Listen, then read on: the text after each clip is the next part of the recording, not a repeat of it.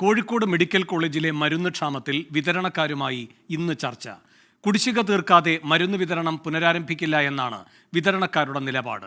മരുന്ന് ക്ഷാമത്തിൽ പ്രതിഷേധിച്ച് MK Raghavan MP ഉപവാസ സമരം ആരംഭിച്ചു. അതിനിടെ യൂത്ത് ലീഗും പ്രതിഷേധത്തിന് ആഹ്വാനം ചെയ്തിട്ടുണ്ട്. കോഴിക്കോട് നിന്ന് അഭിജിത്ത് മുഴക്കുന്ന് കൂടുതൽ വിവരങ്ങളുമായി ചേരുന്നു. അഭിജിത്ത്, ഇന്നിപ്പോൾ ഈ വിതരണക്കാരുമായി ചർച്ചയുണ്ട്. അതിൽ ഈ പ്രശ്നം പരിഹരിക്കപ്പെടുമെന്ന് കരുതാമോ? കൂടാതെ രാഷ്ട്രീയ സമരങ്ങൾ ഇതുമായി ബന്ധപ്പെട്ട് എങ്ങനെയാണ് മുന്നോട്ട് പോകുന്നത്?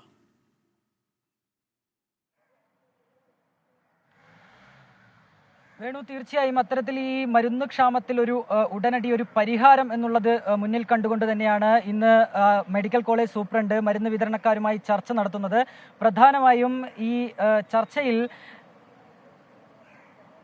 ഈ ചർച്ചയിൽ ഏത് രീതിയിൽ ഈ മരുന്ന് വിതരണം മുടങ്ങിയത് പരിഹരിക്കാം എന്നുള്ളതായിരിക്കും മെഡിക്കൽ കോളേജ് സൂപ്രണ്ട് പരിഗണിക്കുക. ഇതിന്റെ ഏറ്റവും വലിയ പ്രശ്നം ഈ മരുന്ന് വിതരണക്കാർക്ക് 8 മാസത്തെ കുടിശ്ശികയായ 75 കോടിയോളം രൂപ കൊടുത്തു തീർക്കാനുണ്ട്.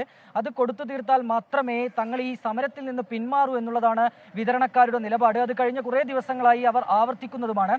പക്ഷേ ഇത്തരത്തിൽ സർക്കാരിൽ നിന്ന് ഫണ്ട് അനുവദിച്ചാൽ മാത്രമേ തങ്ങൾക്ക് ഈ മരുന്ന് വിതരണക്കാർക്ക് പണം കൊടുത്തു തീർക്കാനാവൂ എന്നുള്ള നിലപാടിലാണ് മെഡിക്കൽ കോളേജ് അധികൃതരുള്ളത്. അതിനാൽ തന്നെയാണ് ഈ ഒരു പ്രശ്നപരിഹാരം ഇത്രയും ദിവസം നീണ്ടത്. അതിന്റെ ഏറ്റവും കൂടുതൽ ബുദ്ധിമുട്ട് രോഗികൾ കഴിഞ്ഞ കുറേ ദിവസങ്ങളായി അനുഭവിച്ചു വരികയാണ്. പ്രധാനമായും ക്യാൻസർ രോഗികൾ മരുന്ന് വാങ്ങാൻ ഈ മെഡിക്കൽ കോളേജിലെ ഫാർമസിയിൽ നിന്ന് മരുന്ന് വാങ്ങുന്ന ക്യാൻസർ രോഗികൾ അവർക്ക് ഭീമമായ തുക മുടക്കി പുറത്തെ ഫാർമസികളിൽ നിന്ന് മരുന്ന് വാങ്ങേണ്ട ഒരു ഗതികേടുണ്ട്. ഒപ്പം തന്നെ ശസ്ത്രക്രിയകൾ പലതും മുടങ്ങുന്ന ഒരു സാഹചര്യമുണ്ട്.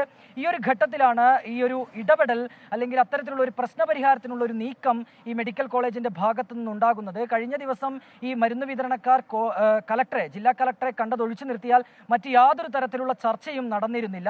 അതിനാൽ തന്നെയാണ് ഇത്തരത്തിലൊരു നീക്കം ഇന്ന് നടക്കുന്നത്. ഒപ്പം ഈ രാഷ്ട്രീയമായ രീതിയിൽ ഈ ഒരു പ്രശ്നത്തെ മുന്നോട്ട് കൊണ്ടുപോകാനുള്ള നീക്കം ഈ പ്രതിപക്ഷ പാർട്ടികളുടെ, പ്രത്യേകിച്ച് കോൺഗ്രസിന്റെ UDF-ന്റെ ഭാഗത്ത് നടക്കുന്നുണ്ട്.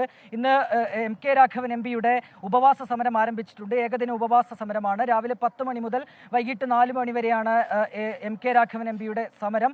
അദ്ദേഹം ആരോപിക്കുന്നത് ഇത്തരത്തിലുള്ള ഒരു പ്രതിസന്ധി മെഡിക്കൽ കോളേജിന്റെ ചരിത്രത്തിൽ ആദ്യമാണ്. ഇത്തരത്തിൽ ഈ രോഗികൾ ഇത്രയും വലിയ ബുദ്ധിമുട്ട് അനുഭവിക്കുന്നത് ആദ്യമാണ്. അതിനാൽ തന്നെ ആരോഗ്യമന്ത്രിയുടെ ഭാഗത്ത് നിന്ന് ഉടനടി ഒരു ഇടപെടൽ ഉണ്ടാകണം. ആരോഗ്യമന്ത്രിയുടെ അനാസ്ഥയാണ് ഈ ഒരു പ്രശ്നത്തിന്റെ ഒക്കെ കാരണം എന്ന തരത്തിലുള്ള ആരോപണമാണ് MK രാഘവൻ MPയുടെ ഭാഗത്തുനിന്ന് ഉണ്ടാവുകയും ചെയ്യുന്നത്. ഏതായാലും എല്ലാ തരത്തിലും ഈ മരുന്ന് ക്ഷാമത്തെ, ആ ഒരു പ്രശ്നത്തെ, രാഷ്ട്രീയമായ രീതിയിലുള്ള ഒരു പ്രശ്നം അവിടെ നിലനിൽക്കുന്നു. ഒപ്പം തന്നെ ഈ രോഗികളുടെ ഭാഗത്തുനിന്നുള്ള ഒരു ബുദ്ധിമുട്ട് ഒരു ഭാഗത്ത് നിൽക്കുന്നു.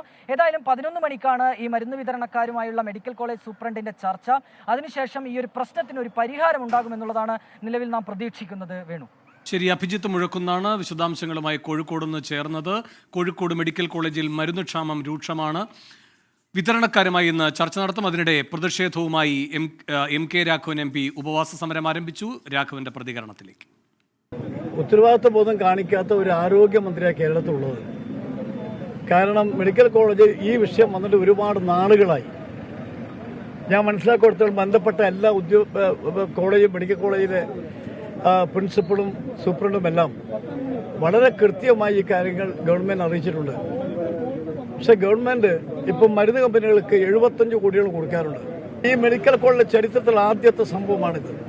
അതുകൊണ്ട് സംസ്ഥാന ആരോഗ്യ വകുപ്പ് മന്ത്രി തീർത്തും പരാജയപ്പെട്ടിരിക്കുന്നു. അവർക്ക് ഇതൊന്നും നിയന്ത്രിക്കാനോ ശ്രദ്ധിക്കാനോ സമയമില്ല, കഴിയുന്നില്ല. അതുകൊണ്ട് സംസ്ഥാന മുഖ്യമന്ത്രി ഈ വിഷയത്തിൽ ഇടപെടണം എന്നാണ് എനിക്ക് പറയാനുള്ളത്.